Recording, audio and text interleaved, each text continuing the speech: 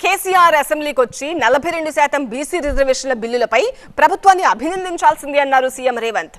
కేసీఆర్ గవర్నర్తో మాట్లాడి బీసీ బిల్లులను పెండింగ్ లో పెట్టించారని, బీసీలకు బీఆర్ఎస్ వ్యతిరేకం అన్నారు.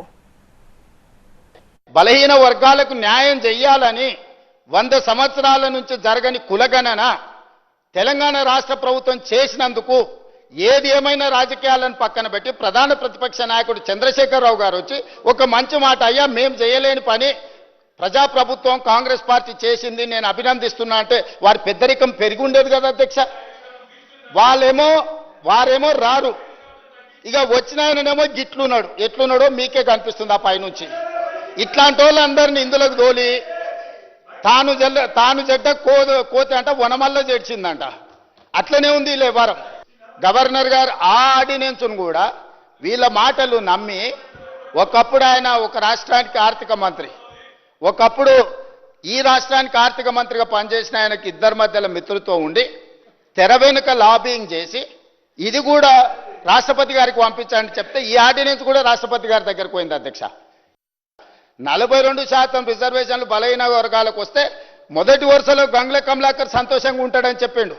వాళ్ళ నాయకుడు చంద్రశేఖరరావు, వాళ్ళ నాయకుడు తారక రామారావు, వాళ్ళ నాయకుడు హరీష్ రావు సంతోషంగా ఉంటాడని చెప్పలే. ఆయన స్పష్టంగా చెప్తున్నాడు, వాళ్ళకి సంతోషం లేదు, వాళ్ళకి దుఃఖం ఉన్నది, వాళ్ళకి బాధ ఉన్నది, వాళ్ళు కడుపు నిండా విషం పెట్టుకొని ఉన్నారని చెప్పి గంగుల కమలాకర్ గారు స్పష్టంగా చెప్పారు. నాకు కూడా తెలుసు గంగుల కమలాకర్ గారు అభినందిస్తారు దీన్ని. కానీ ఆయన బాధల్లా వెనకాల కూర్చొని నడుపుతున్న ఆయన సమస్య అది కల్వకుంట్ల కాదు అధ్యక్ష, కల్వకుండా ఉంచడం అన్నమాట. ఎవ్వరు కల్వకుంట ఉండాలి, బీసీలు ఓసీలు కలవద్దు, ఎస్సీలు ఎస్టీలు కలవద్దు, మైనారిటీలు హిందువులు కలవద్దు. అది కల్వకుంట చూసే కుటుంబం అధ్యక్ష, అది కల్వకుంట కుటుంబం కాదు. కాబట్టి ఇప్పటికైనా ఈ బిల్లును చర్చ లేకుండా మన సభ అంతా ఏకగ్రీవంగా ఆమోదించి చేస్తే కేంద్ర ప్రభుత్వం మీద ఒత్తిడి తీసుకురావడానికి ఉంటుంది. బలహీన వర్గాలకు 42% రిజర్వేషన్లు ఇవ్వాలన్నదే ఈ ప్రభుత్వం యొక్క ఆకాంక్ష, చిత్తశుద్ధి అధ్యక్ష. 5 సార్లు ప్రధానమంత్రికి నేను లేఖ రాసిన, దీనికి సంబంధించి మేము ఢిల్లీకి రావాల్సి ఉంది, మీరు ప్రధానమంత్రికి అపాయింట్మెంట్ ఇస్తే మేము అందరం కలిసి వచ్చి మిమ్మల్ని కలిసి విజ్ఞప్తి చేస్తామని. ప్రధానమంత్రి మనకు అపాయింట్మెంట్ ఇవ్వలేదు అధ్యక్ష. జంతర్ మంతర్లో ధర్నా చేస్తే దాదాపుగా 100 మంది పార్లమెంట్ సభ్యులు ఇతర రాష్ట్రాలకు సంబంధించిన వాళ్ళు వచ్చి తెలంగాణ బీసీ రిజర్వేషన్ 42కు మద్దతు పలికినరు. కానీ రాజ్యసభలో ఉన్న బీఆర్ఎస్ ఎంపీలు మాత్రం అటువైపు కూడా కనుదిప్పి చూడలే అధ్యక్ష.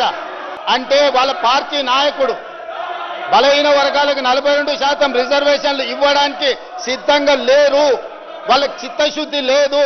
ఇవాళ కూడా ఈ గందరగోళం సృష్టించి బలహీన వర్గాలకు సంబంధించిన రిజర్వేషన్ల బిల్లు ఆమోదం చెందకుండా ఒక అబద్ధాల ప్రాతిపదికన ఈరోజు మాట్లాడుతున్నారు అధ్యక్ష. ఇది చర్చలు కూడా చేయాల్సిన అవసరం లేదు. వాళ్ళు చేసిన పాపాలను మేము ఇక్కడ కూర్చొని కడుగుతున్నాం. 50% నిబంధనను తొలగించడానికి పెట్టిన బిల్లులు, దయచేసి చర్చనే లేకుండా గంగుల కమలాకర్ గారు ఏకవాక్య తీర్మానం ప్రవేశపెడితే మేమందరం కూడా మద్దతు పలుకుతాం. గతంలో మా నాయకుడు చేసిన తప్పులను మీరు సరిదిద్దుతుండ్రు, ఆ సరిదిద్దే బిల్లులకు మీరు మద్దతు పలకండి అని అంటే సభ మొత్తం ఏకగ్రీవంగా వారికి మద్దతు పలకం పాస్ అయిపోతుంది అధ్యక్ష. దయచేసి ఆ దిశగా తీసుకెళ్లమని చెప్పి మిమ్మల్ని కోరుకుంటున్నాను అధ్యక్ష.